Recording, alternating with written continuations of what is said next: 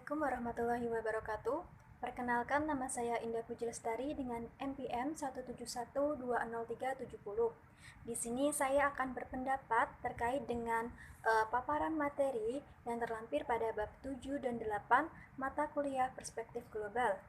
Bahwasanya banyaknya suatu kalangan yang mendominan pada tatanan organisasi atau kelompok tertentu yang bisa ditemukan di negara Indonesia maupun di luar negeri, contohnya organisasi Freemason, Rothschild, Illuminati, dan lain sebagainya. Dari sekelompok organisasi tersebut memiliki pandangan dan tujuan untuk membangun suatu kelompok dari kalangan tertentu yang menjadi bagian dari anggotanya, mengacu pada suatu kebebasan berpikir dan standar moral yang tinggi. Konsep yang ingin mendalangi dan mengendalikan berbagai suatu peristiwa di dunia. Dengan adanya suatu organisasi tersebut, Yahudi berperan penting sebagai tokoh kalangan yang terpandang dengan kekuasaan terkaya. Dan sebagai pengendali ekonomi dunia, tak heran jika mampu menguasai setengah kekuasaan dunia karena tidak bisa dipungkiri orang Yahudi sangat kuat dan dari segi sistem pendidikan sangat maju.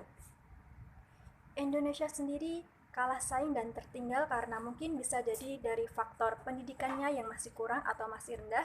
Salah satu halnya program TikTok dan aplikasi Zoom yang diluncurkan oleh orang luar negeri tidak lain sebagai alat intelijen Tiongkok yang mengubah konsep bahwasannya bukan pasar yang mengikuti konsumen, tapi konsumen mengikuti pasar.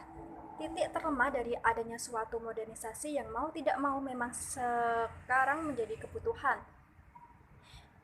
Dari pembahasan oligarki yang terdapat di negara Indonesia sendiri, yang berdasarkan kekuasaan politiknya sebagian besar dipegang oleh kelompok suatu pendiri perusahaan ataupun pengusaha dari berbagai kalangan yang memiliki aset pernah saling terkait pada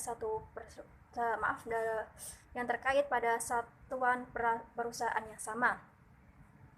Tokoh negara lain yang menjadikan penggerak bangsa yang dari luar negeri, antara lain Andrei Carnegie. Kisah hidup seseorang yang menginspiratif dari mula ia seorang anak yang miskin hingga mampu menciptakan perusahaan terkaya di dunia.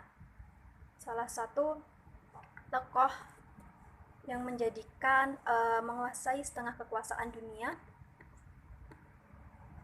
Selanjutnya masuk ke materi ke-8 terkait dengan paparan materi. Ada teori MMT atau Modern Monetary Theory dan printing money serta SWF atau Sovereign Wealth Fund. Berdasarkan pokok pembahasan tersebut bahwasanya dari masing-masing organisasi yang telah dibentuk oleh pemerintah negara Indonesia menitik beratkan pada keinginan majunya untuk mendorong perekonomian yang telah dihadapkan pada masa sekarang. Mengangkat pada tiap-tiap pendapat dan gagasan mesti harus dipikirkan secara matang-matang untuk membentuk kredibilitas pada sasaran yang diharapkan demi kesejahteraan dan kemajuan negara